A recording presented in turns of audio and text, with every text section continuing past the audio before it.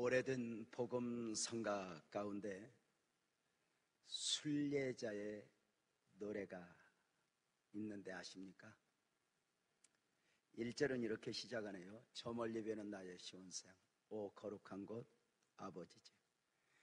내 사모하는 집에 가고자 한밤을 세웠네. 저 방망한 바다 위에 이 몸이 상할지라도 오늘은 이곳 내일은 저곳 주 복음 전하리. 2절은 아득한 나의 갈 길 다 가고 저 동산에서 편히 쉴 때 내 고생하는 일들을 주께서 하시네. 빈들이나 사막이나 이 몸이 고날지라도 내 주의 주 날 사랑하사 날 지켜주셨네 하는 청년 시절 참 많이 불렀던 순례자의 노래입니다. 그 1절, 2절에 표현된 시온성, 거룩한 곳, 내 아버지 집, 내 사모하는 집, 저 동산은 하나님의 사람들, 순례자가 소망하는 저 천국을 표현하는 여러 용어들입니다. 세상에서 복음적 그리스도인으로 구원받은 하나님의 사람으로 산다는 것은 순례자의 삶을 사는 것이라 할 수 있습니다. 문제는 그 순례자의 삶을 살아낸다는 것이 만만치 않다는 데 있습니다. 복음적 그리스도인들이 오늘의 세상에서 믿음으로의 삶을 산다는 것이 쉽지 않다는 것입니다. 단순히 사는 게 힘들어서 어떤 질병, 실패 이런 것만이 아니라 우리가 살아가는 세상의 논리, 상식, 과학 이런 현실들 앞에서 논리로 상식으로 이해될 수 없고 설명될 수 없는 이 복음을 품고 복음적 그리스도인으로 산다는 것이 쉽지 않다는 것입니다. 철로 역정이라는 책이 있습니다. 존 버년이 쓴 철로 역정은 칼빈의 기독교 강요와 함께 기독교 서적 가운데 최고의 고전으로 인정받는 불후의 명작입니다. 역사 가운데 성경 다음으로 많이 팔린 책으로 또 많은 사람들에게 읽힌 책입니다. 그럼에도 불구하고 혹시 여러분 중에 철로 역정을 읽지 못한 분이 계시다면 여러분만 못 읽은 것입니다.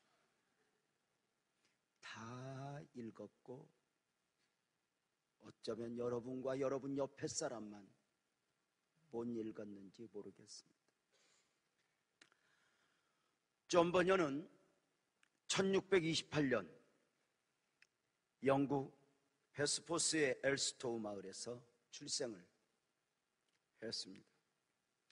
그의 처음은 철저한 무신론자였으나 군에서 제대한 후에 독실한 기독 여성을 아내로 맞으면서 예수를 구주로 영접하게 되었고 복음 전도자로의 삶을 시작하게 되었습니다. 복음을 강력하게 경험한 그의 전도와 설교로 수많은 구원 역사들이 일어나게 되었습니다. 이렇게 설교자와 전도자로 살아가는 복음적 그리스도인들에게 문제가 생겼습니다. 1660년 영국 왕정으로부터 복음적 설교를 금하는 법령이 제정된 것입니다. 예를 들어 기독교 복음만이 유일한 복음이라 설교를 하거나 강조하면 아니 되는 법입니다. 종교에 있어 차별을 강조하면 아니 되는 것이니 오늘 우리식으로 표현하면 차별금지법입니다. 다른 종교와 비교하여 기독교 우월성을 강조하며 예수를 믿어야 기독교만의 천국이 있다고 강조하면 종교 차별이 되어서 법적 심판을 받을 수 있게 되는 것입니다. 지금 우리나라에서도 동성애 금지법이 포함된 차별금지법 제정이 추진되고 있습니다. 이 법이 국회 및 지방정부에서 통과되면 목사는 앞으로 동성애에 대한 설교를 할 수 없게 됩니다. 그럼에도 성경적으로 동성애 문제를 설교하게 되면 목사는 법적 적용을 받아 벌금을 내기도 하고 감옥에 가기도 해야 합니다. 사회적 법을 가지고 교회 안에 종교적 행위나 어떤 선포가 적용을 받게 되면서 이제 표현되는 복음 또는 행위가 제한을 받게 되는 것입니다. 이제 내년 1월부터 절대 다수의 지지 아래 종교인 과세가 시작될 가능성이 있습니다. 대한민국 국민으로서 소득이 있는 곳에 납세가 있어야 하는 것 마땅하다 여깁니다. 개인적으로 종교인 과세 문제는 찬성하는 바입니다. 그럼에도 이 안에 독소 조항이 너무 많이 있다는 것, 이것이 이제 안타까움인 것입니다.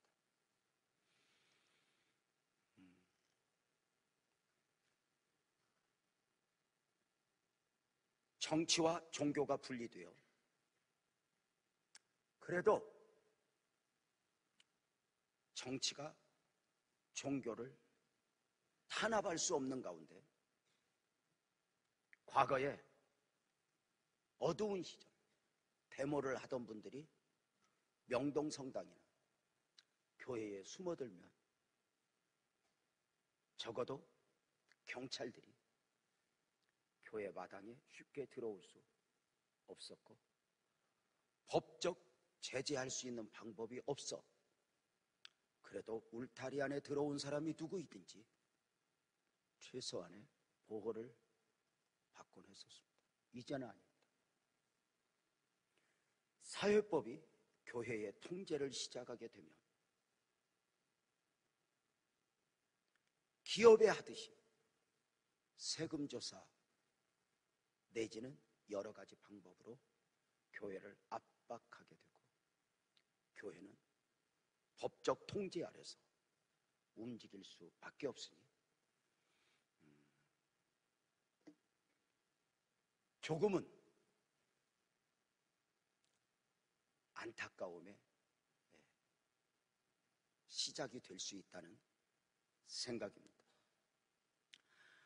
복음적 설교를 금하는 법이 제정되었지만 존 번연은 복음적 설교를 계속 외치다가 체포되어 12년간 옥고를 치르게 되었습니다. 그렇게 12년간 옥고를 치르는 동안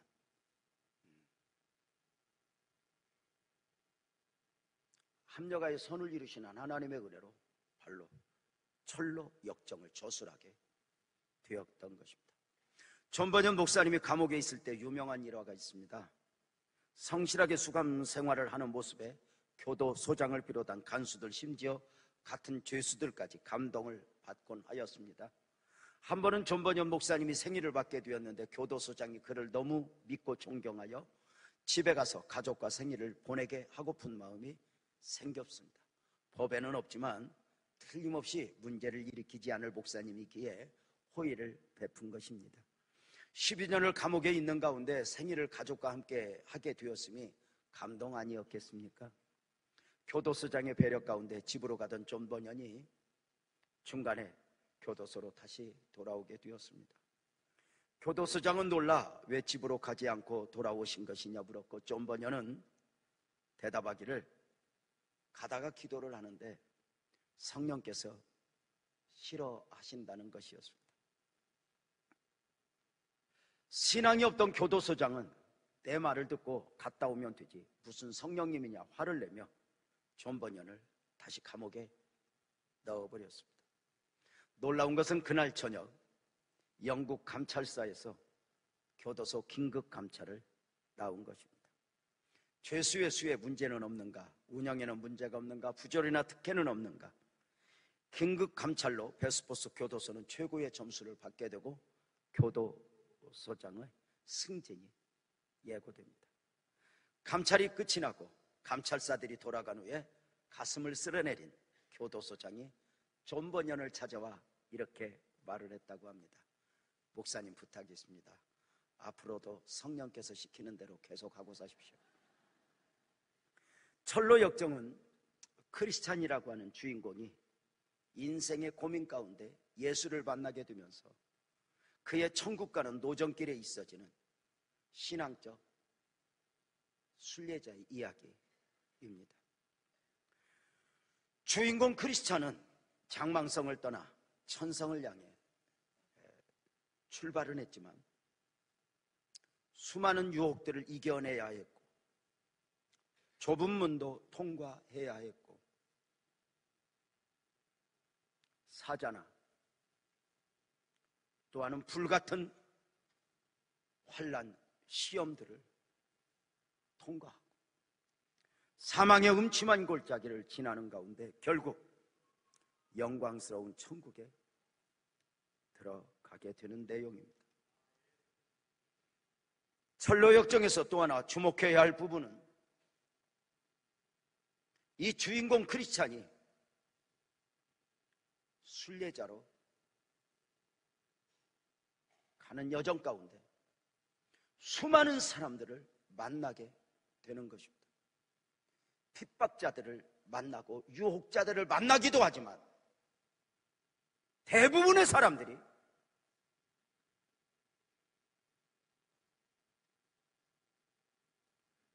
순례자를 포기한 사람들입니다. 오늘날로 말하면 목사가 순례의 길을 포기하여 주저앉아 있고 장로님, 권사님이 마음은 원이로되 하며 주저앉아 있는 경우들이니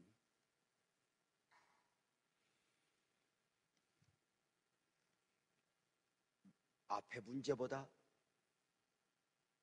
그들을 뿌리치고 가야 하는 크리스찬의 외로움, 철로 역정의 내용인데, 이렇게 말씀을 드리면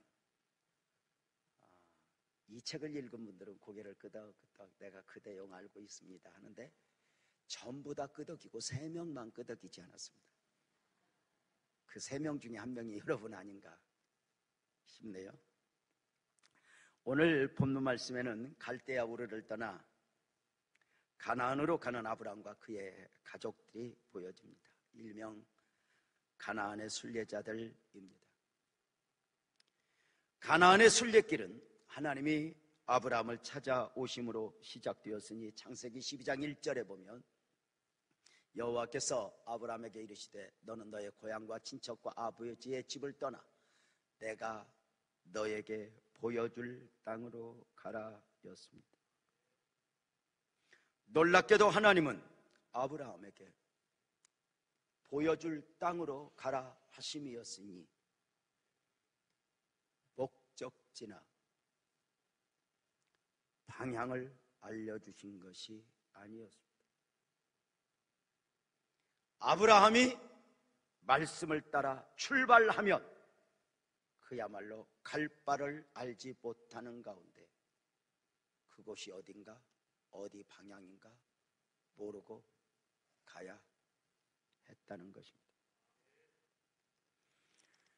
그래 아브라함은 갈 바를 알지 못하는 가운데 약속의 말씀을 붙들고 미지의 세계로 출발해야 했으니 그 약속의 말씀이 창세기 12장 2절 3절입니다. 내가 너로 큰 민족을 이루고 내게 복을 주어 내 이름을 창대하게 하리니 너는 복이 될지라. 너를 축복하는 자에게는 내가 복을 내리고 너를 저주하는 자에게는 내가 저주하리니 땅의 모든 족속이 너로 말미암아 복을 얻을 것이라. 개역 한글 성경에서는 복의 근원이 되게 하리라.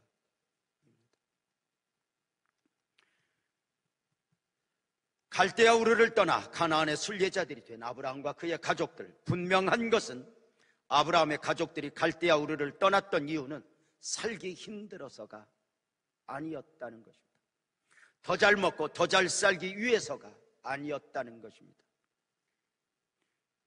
역사적 고증 가운데 당시 갈대아 우르는 우상의 도시였지만 충분히 부유한 도시였기 때문입니다.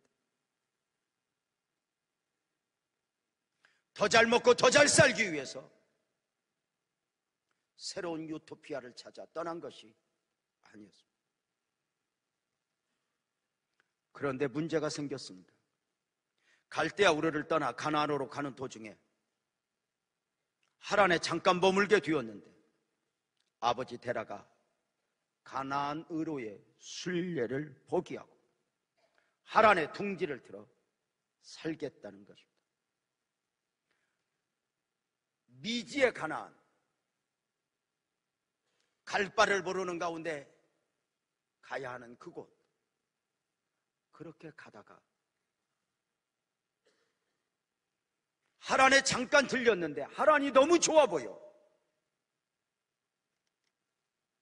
더 이상 가나안에 가야 할 이유가 없어져 버렸습니다. 다시 말씀을 드리지만 사실 가나안은 하나님이 가라 하신 땅은 장소적 개념이나 시간적 개념 안에서 이해할 수 있는 것이 아니었습니다. 어떻게 가야 했습니까? 그래서 히브리서 11장 8절은 믿음으로 아브라함은 부르심을 받았을 때에 순종하여 장래의 유업으로 받을 땅에 나아갈세요. 갈 바를 알지 못하고 이렇게 말합니다. 아브라함이 가야 할 가나안도 오늘 복음적 그리스도인의 소망인 천국도 시간적 개념, 장소적 개념에서 이해할 수 있는 것이 아니었다는 것입니다. 오직 믿음으로가 아니면 사실 막연한 것입니다. 논리적으로 설명될 수 있는 것이 아니라는 이야기. 한 성도가 목사에게 찾아와 질문을 했습니다. 목사님, 성경이 천국 가는 길이요, 진리요, 생명이라며요. 아멘. 그런데 목사님, 저 또한 성경을 읽었는데 왜 성경은 천국에 대해서 흡족할 만큼 설명을 해주지 않는 거죠? 지옥이 있다면서 왜 지옥에 대해서 흡족할 만큼 설명을 해주지 않는 것이죠? 물었습니다. 저는 그에게 이렇게 말씀을 드렸습니다. 죄송합니다. 왜 그랬는지 모르겠습니다. 천국을 좀 더 흡족할 만큼 설명을 해주었으면 좋을 터인데 왜 그랬을까요? 그러나 만약에 천국이 우리의 상식으로, 우리의 언어로 표현될 수 있는 천국이라면 그것이 천국일까?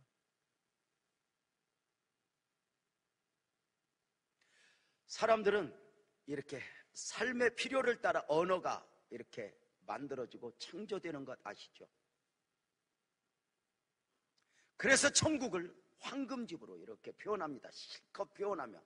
왜냐하면 금이 너무 좋으니까. 그래서 우리가 천국 가면 황금집에서 살고 자동차로 황금으로 돼 있고 쇼파도 황금으로 되어 있으면 얼마나 아프겠어. 근데 그렇게 설명을 합니다. 그러나 천국은 사실 물질적 개념이 아닙니다. 장소적으로 시간적으로 이해할 수 있는 것이 아닙니다.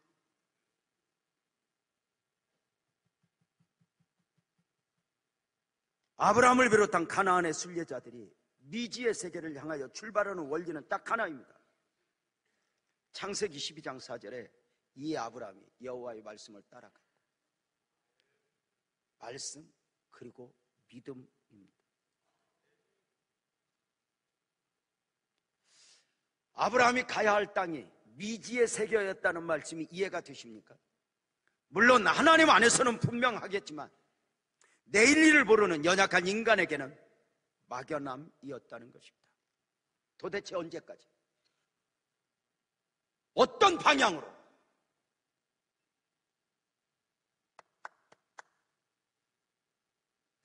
알 수 없습니다. 눈앞에 실상으로 보여지기까지는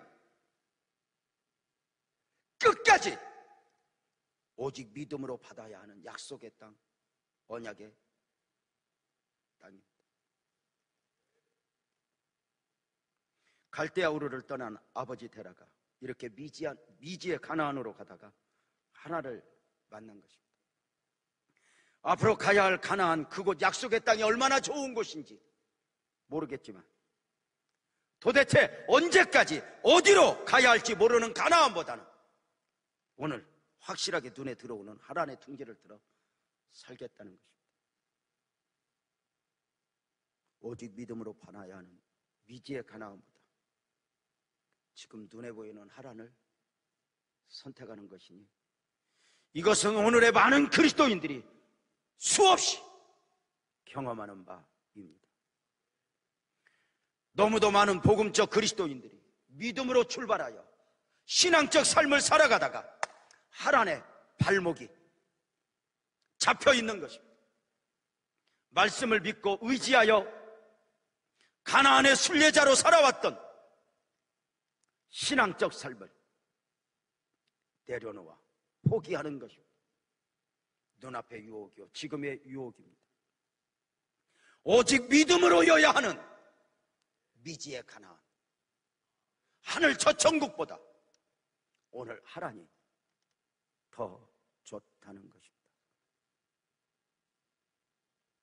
갈대아 우르를 처음 떠날 때 더 잘 사는 것이 목적이 아니었는데, 떠날 때는 철저하게 영적이었는데, 나도 왜 떠나야 하는지 몰랐고 나도 왜 가야 하는지 몰랐는데 오직 믿음으로 그렇게 가다가 갑자기 가나안에 갈 필요가 없어진 것입니다. 믿음이 아니라 상식으로, 영에서 육으로의 결정입니다. 예나 오늘이나 사실 육만 생각하면 사는 것만이 전부라면, 이 땅이 7, 80, 8, 90 인생이 전부라면 죄송하지만 우리는 오늘 교회에 이렇게 예배자로 살아야 할 이유가 없습니다. 주 안에서 죽는 자들은 복이 있도다. 만약에 영원 천국이 없으면 어떻게 그 말씀이 성립이 될 수 있고,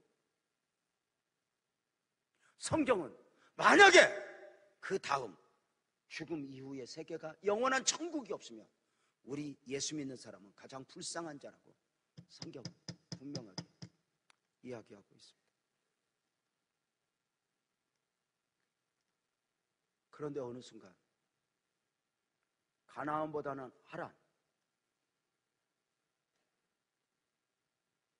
하란에서 종교인으로 살고 싶은 것입니다. 믿음이 아니어도 되는 종교인으로 말입니다. 이것은 성도들에게 뿐만이 아니라 오늘날 저와 같이 목회하는 목사님들에게도 나타나는 문제들입니다. 목사가 왜 되었습니까? 목사로 시작은 왜입니까? 이 땅의 부귀영화 다 소용없어. 이제 내 소망은 이 땅이 아니야, 하늘이야. 하늘천국 꿈꾸며 예수 믿게 하여 복음 전도자로서 수많은 사람을 예수 믿게 하는 것은 하늘 백성 만드는 것이거든요. 우리 이 땅이 소망이 아니야, 하늘의 소망이야. 이렇게 열심히 목회를 하다가 어느 순간 가나안이 흐려지는 것입니다. 믿음으로 해야 하는 천국이 흐려지는 것입니다. 그리고 갑자기 이제 가나안 목회가 아니라 하란 목회를 시작합니다. 믿음으로보다는 눈에 보이는 것을 말하기 시작합니다. 세상에 속한 사람들이 좋아하는 논리를 펼치기 시작합니다.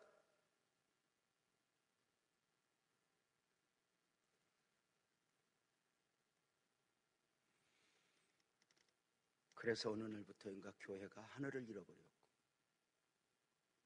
하늘을 잃어버리니 복음조차 오염된 복음이 되고 말았다는 것입니다. 미지의 가나안에 가기보다 하란에 머물러 살겠다는 아버지 데라, 이들 가정의 처음 순례자로의 시작을 보면 우리가 놀랄 일이 있습니다.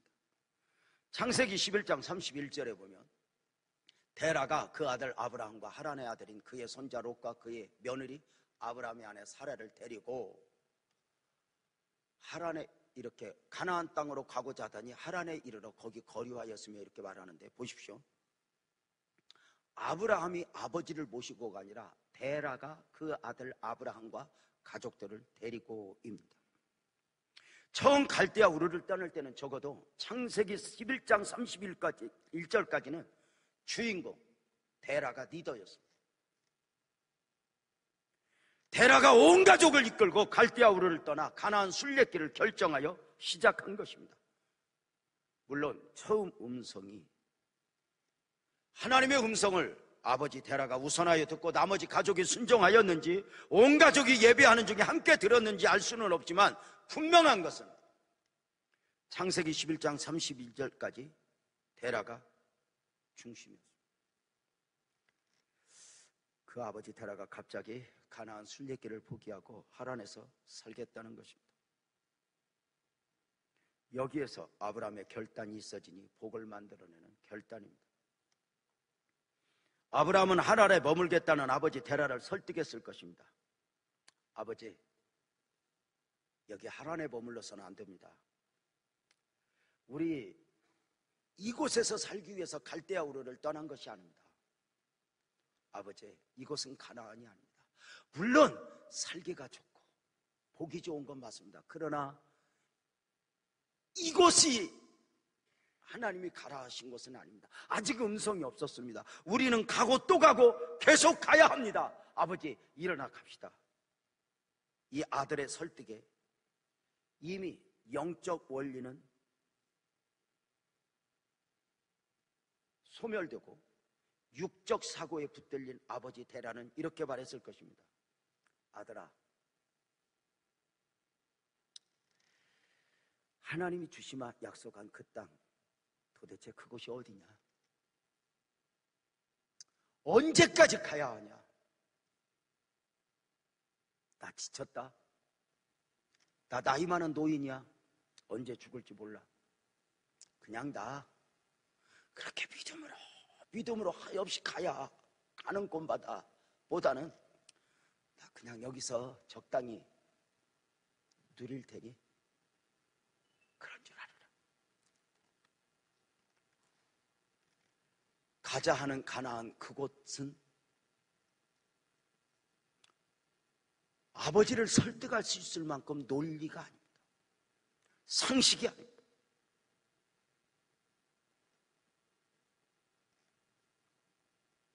하란에 머물겠다는 아버지 데라의 말은 논리이고 상식이지만, 눈으로 보고 이야기하는 것이지만, 아들 아브라함의 이야기, 가야 합니다, 이건 오직 믿음 말고는 아무것도 없습니다.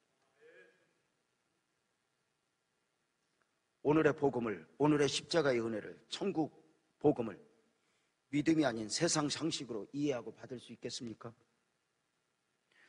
세상적 상식으로 보면 십자가도 복음도 천국도 어리석은 종교 논리일 뿐 아닙니까? 상식이 삶의 기준인 세상에 속한 사람들에게 오늘의 복음이 어리석게 보이고 십자가가 미련하게 보이는 것은 당연하지 않습니까?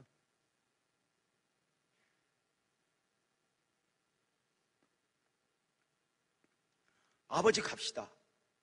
내가 왜 가야 하는데 어떻게 설명을 해요? 자식들에게 아들아 교회 가자. 왜요 어머니?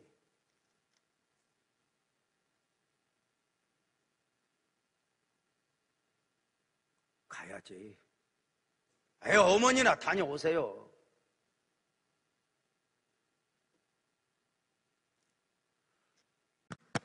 어미 심장에 가야 되는 건 틀림이 없는데 설명할 수가 없는 거예요.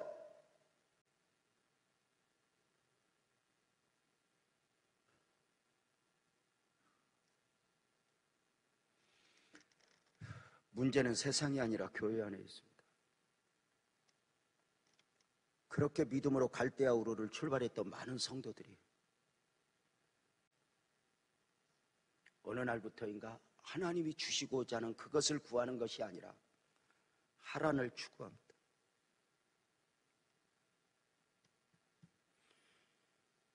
믿음도 아닌, 믿음이 아니어도 되는 상식선에서 이해할 수 있는 하란의 종교, 거기까지를 원합니다. 그리고 거기에서 만족을 하고자 합니다. 과거의 믿음, 과거의 그 열정 어디론가 다 밀어내고 말입니다. 계속하여 하란에 머물겠다는 아버지 앞에서 아들 아브라함은 아버지를 떠나기로 결단합니다. 그렇게 결단할 때 또 한 번 음성이 들리니 창세기 12장 1절입니다. 여호와께서 아브라함에게 이르시되 너는 너의 고향과 친척과 아버지의 집을 떠나 내가 내게 보여줄 땅으로 가라. 여전히 보여줄 땅입니다. 정말 하나님께서 이런 말씀을 주실 때 하와이까지 와라, 제주도까지만 와라, 방향도 동쪽으로 와라, 나침반 하나 주면 좋지 않겠어요? 근데 끝까지 보여줄 땅으로 인해 도착하기까지, 소유하기까지 오직 믿음이어야 하는 것, 이것이 쉽지 않다는 거죠. 아버지를 떠나 하나님이 보여줄 그 땅으로 이렇게 가는 아브라함을 향하여 누군가가 아브라함에게 물으면 어떻게 대답했을까? 아브라함, 아버지 떠나 어디 가는 거야? 아버지 누가 모시라고? 아버지 저렇게 계시다 돌아가시면 어떻게 할 거야?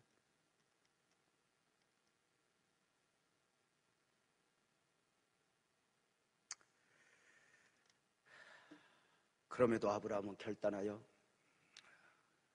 떠나야 했으니 세상이 이해할 수 없는 순례자의 길입니다. 아브라함이라고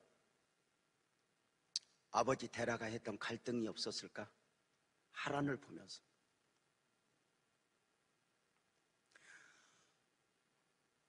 하란에 주저앉아 있는 아버지를 떠났다 해서 아브라함은 그 다음 유혹이 없었나? 아니요. 또 다른 하란, 하갈의 유혹.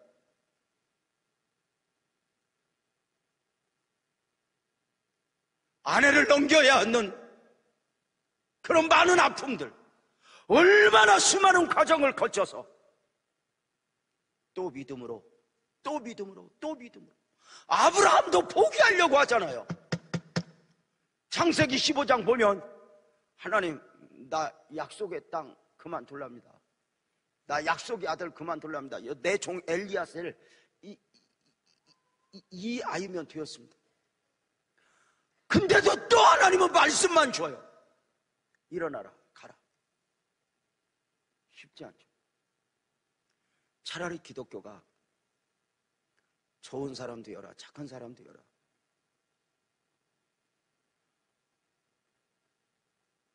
그래서 열심히 살면 천국은 없으니까 다시 태어날 때 공주로 태어난다. 사람들이 좋아하는 식으로 표현할 수 있으면 좋을 것 같아요.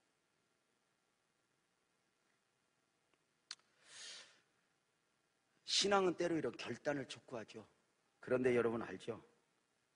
결국 언제까지나 믿음으로여야 하는 줄 알았지만 75세 떠났던 아브라함이 99세에 아브라함이 되고 믿음의 조상이 되고 열국을 품은 아비가 되고 그리고 이삭을 낳게 되고 그동안 믿음이었던 그가 이제 그 믿음의 증거를 어느 순간 눈으로 보기 시작합니다.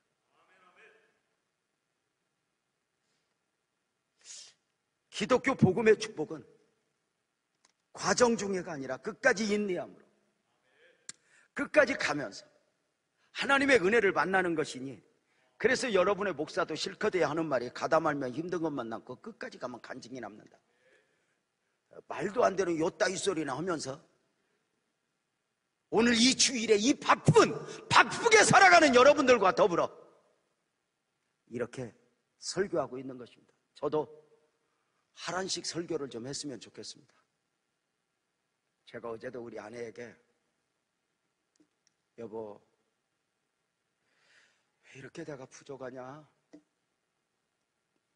암에 걸린 권사님이 목사님 저 시골로 요양 가요 하는데 가지마, 2달 있으면 나서, 이렇게 말해주면 좋겠는데 잘 갔다 와 하고 전화를 끊는데 정말 미쳐버리겠더라고요. 여보, 나 내일 설교 어떻게 하냐?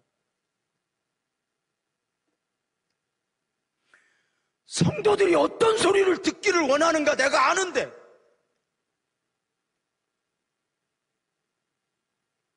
목사보다도 더 세상에서 세상이 얼마나 화려한가 알고 살아가는 사람들을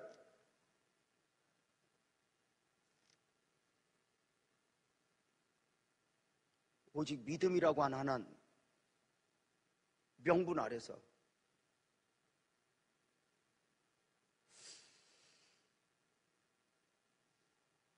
이렇게 가나안을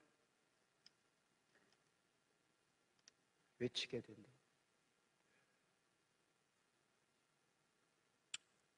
그렇다면 이제 가나안을 포기한 데라의 안타까움도 확인해 봐야 되겠죠. 아들이 떠나는 것을 보면서도 데라는 하란의 삶의 둥지를 들었습니다. 아들의 설득 앞에 데라는 나는 늙었으니 이 정도면 되었다. 비지의 가나안보다는 나 그냥 여기서 살겠다. 하나님이 기대하는 영적 삶의 원리를 거두고 세상적 기준으로의 삶을 선택하게 된 것입니다. 순례자적 삶을 살아가는 데라가 아니라 눈에 보이는 세상 앞에서의 데라로 선택입니다. 그의 결국을 성경은 어떻게 소개하고 있을까? 창세기 11장 32절에 보면 데라는 나이가 205세가 되어 하란에서 죽었다고 이렇게 이야기합니다. 205세입니다. 왜 성경은 205세에 하란에서 죽은 데라의 삶을 강조하고 있을까? 여기에 담겨진 메시지는 뭘까? 참고로 아브라함이 하란에서 아버지를 떠날 때가 75세였다는 거 아시죠?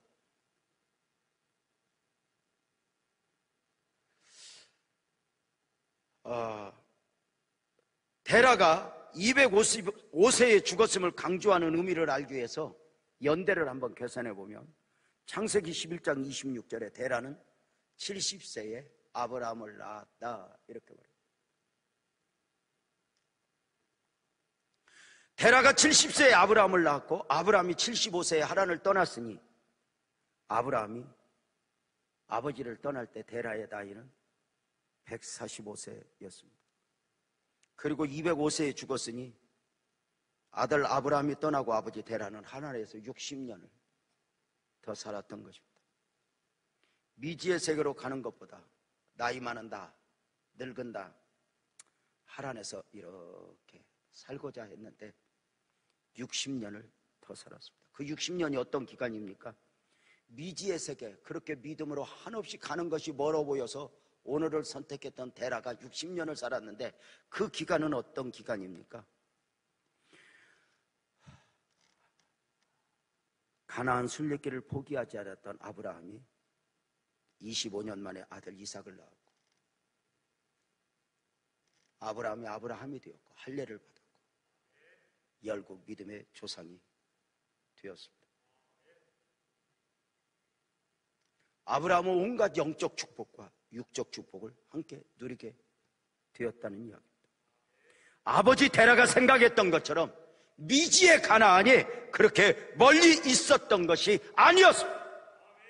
순례자의 길을 떠났던 아브라함이 되어 영적 축복을 다 누리는 동안 상대적으로 육신을 따라 하란에서 머물렀던 데라는 잃어버린 데라가 되어버렸습니다. 포기한 데라가 되어버렸습니다. 죄송하지만 이것 역시 영적인 면에서입니다.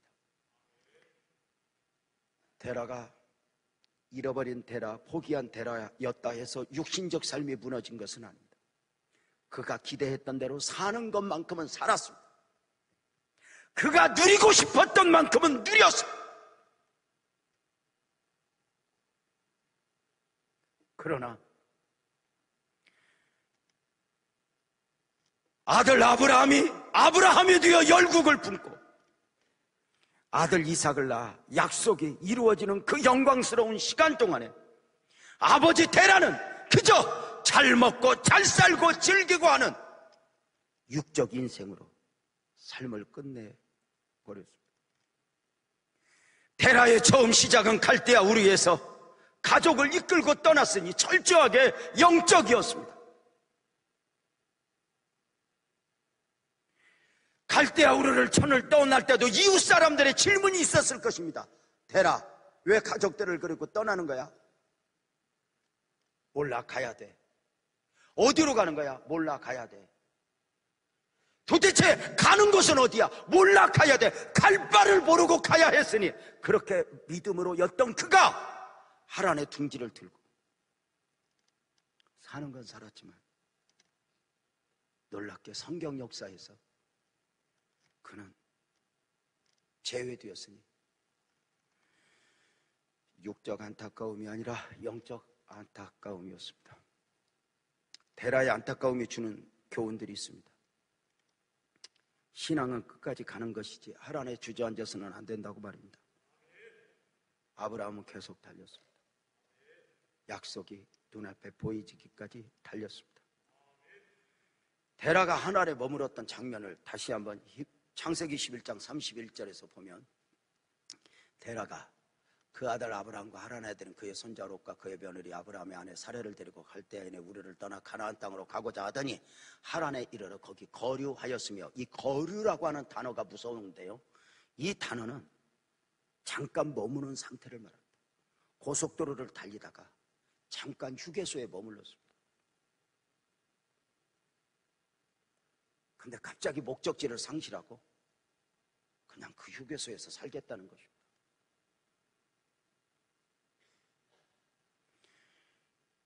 중요한 것은 아버지 데라가 선택을 하여 나 여기서 살 거야 했을지는 몰라도 중요한 것은 하란이 그의 발목을 잡고 놓아주지 않은 것입니다.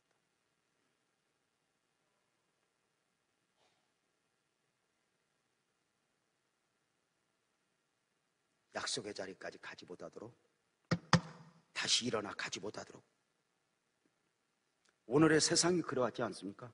많은 신실한 복음적 그리스도인으로 살아가던 사람들이 세상에 잠깐 마음을 두고 기도 잠깐 쉴래, 사명 잠깐 쉴래, 목회 잠깐 쉴래 하다가 그만 발목이 잡혀 일어나지 못하는 경우가 얼마나 많은지 모릅니다. 마음에서는 내가 이러면 안 되는데 마음은 원이로도 육신이 약하도다 하며 적당한 선에서 주저앉아 있는 분들이 얼마나 많은지 모릅니다.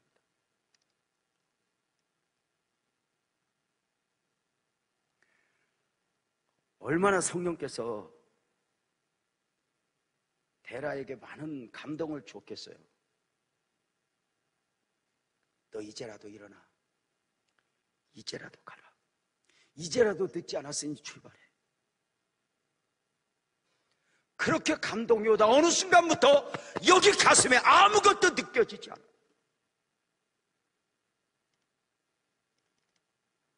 하란에서 사는 건 살아요. 하란에서 즐기고 재밌게 살고, 그래서 어떤 면에서는 믿음으로여야 하는 이 신앙 자체가 말도 안 되는 종교적 논리, 요즘 목사는 참 쉽지 않은 것 같아요. 왜냐하면 이렇게 옛날에는 인터넷 시대 뭐 이런 게 아니니까 그래도 교회는 좋은 말 들으러 가는 데라고 그랬잖아. 근데 지금은 좋은 말이 하도 카톡에 돌아다니니까 교회에서 그 이상 더 좋은 말을 할 수가 없어. 얼마나 또 읽으면 은혜가 되는지 몰라. 사과를 한 쪽씩 드십시오. 여기 가서 즐기세요. 저기 가서 즐기세요. 어쩌면 세상 논리 앞에서, 화려함 앞에서 이 가나안 복음이 초라한 거예요. 하란에서 그냥 적당한 선에서 종교로 그렇게 있으면 오히려 좋을 것 같아요.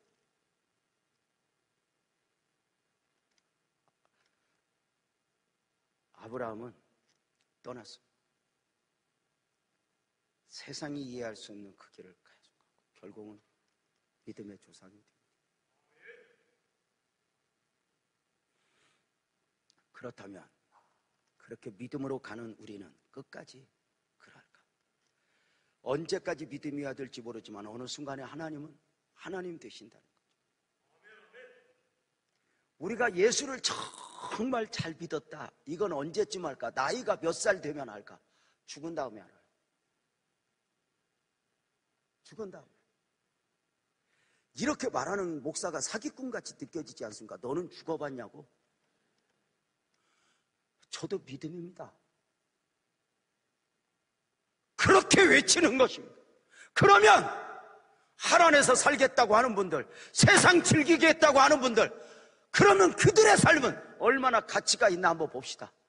세상의 결론은 아무리 누려도 가져도 헛되고 헛되며 헛되고 헛되니 모든 것이 헛되도다입니다. 누려보셨어요? 죄 지어보셨어요? 여러분, 세상이 재밌게 살겠다고 말했던 죄, 재미의 결국은 무엇입니까? 죄 짓고 나면 이까짓 것 때문에 아닙니까?